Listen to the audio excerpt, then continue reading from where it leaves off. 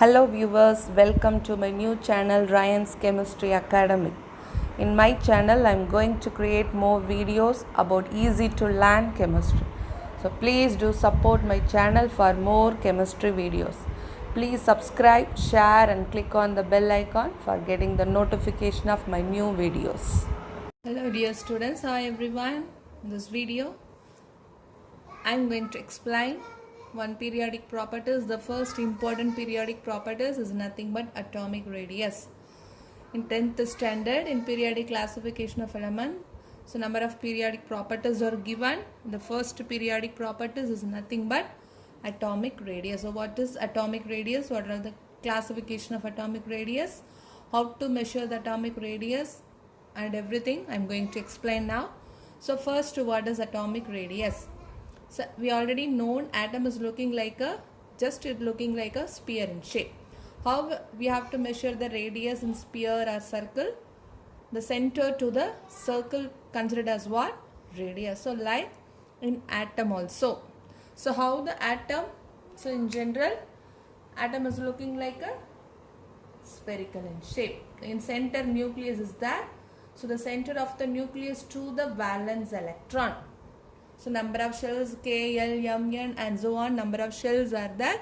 So in atom, which one is the valence shell? So from the center of the nucleus to the valence shell of the electron or outermost shell of the electron, generally called as atomic radius. So but in general, so we are not able to find out the radius in isolated atom because most of the atom except the noble gases, they are present in the combined state. One is by metal, another one is by non-metal. So generally the element, otherwise atom, have to be classified into metal and non-metal. So most of the element, they are present in the metallic state or non-metallic state. So in metal atom, so how to find out the radius? In non-metal, in the combination of non-metal, how to find out the radius value? So in general, atomic radius have to be measured in two ways. One is metallic radius, another one is covalent radius. So metallic radius is nothing but to find out, otherwise is a measure to find the radius between the metals, metal atoms. Here covalent radius is nothing but is a measure of radius between the non-metallic atoms. So first, what is that? Metallic radius. So consider any metal, number of metals are there, iron, copper, silver, gold. So number of metals are there. You have to consider iron. So why all the metals are present in the solid in nature? Because of the presence of metal atoms in the metal. So all the metal atoms are held together by a very strong attractive force. That bond is called as metallic bonding. So due to metallic bonding in metal, if you consider iron metal, means it is made up of number of metal atom, isn't it? So iron is considered by number of iron metal atoms. So in that metal atoms, the atoms are held by very strong attractive force. So for this reason, all the metals are solid in nature. They have very high density. Now see, consider in metal iron. So inside the metal, so number of metal atoms are there. I shown it like with a small circle. So inside the metal atom, it must be contained nucleus. So what is metallic radius? Of the distance between the nuclei of two adjacent metal atoms in metal of iron. Inside number of metal atoms are there, that is iron metal atoms are there. So you have to consider any two adjacent metal atoms. So any two adjacent metal atoms. In this metal atoms, what is radius, metallic radius? The distance, half the distance between the nuclei of the, so for example, this is one nucleus, this is one nucleus, these two are adjacent metal atom. So what about the distance between the two nucleus of the adjacent metal atom? In that distance, the half value only considered as what? Metallic radius. So half the distance between the nuclei of the two adjacent metal atom, the atom should be closer together. So between the two adjacent metal atoms, the distance, the half value only considered are called as what? Metallic radius. So what is metallic radius? Metallic radius is a measure of the radius in metal atoms in any metal. So in metal, number of metal atoms are there. So you have to consider any two adjacent metal atom. Every metal atom inside nucleus are there. So what about the distance between the nucleus? In that distance of value only called as what? Our measure of metallic radius. What is covalent radius?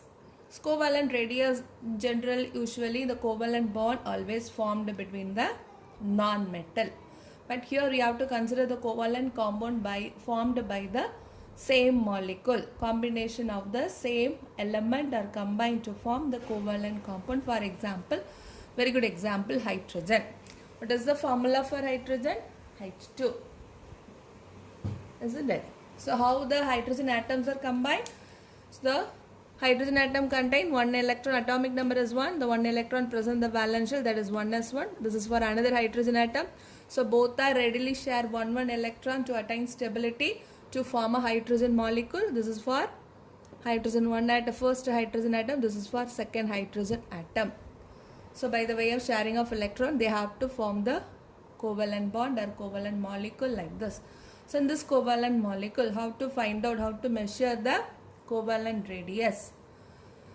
See, what is that? Half the distance between the adjacent nuclei of two covalently bonded atoms of the same element in a molecule.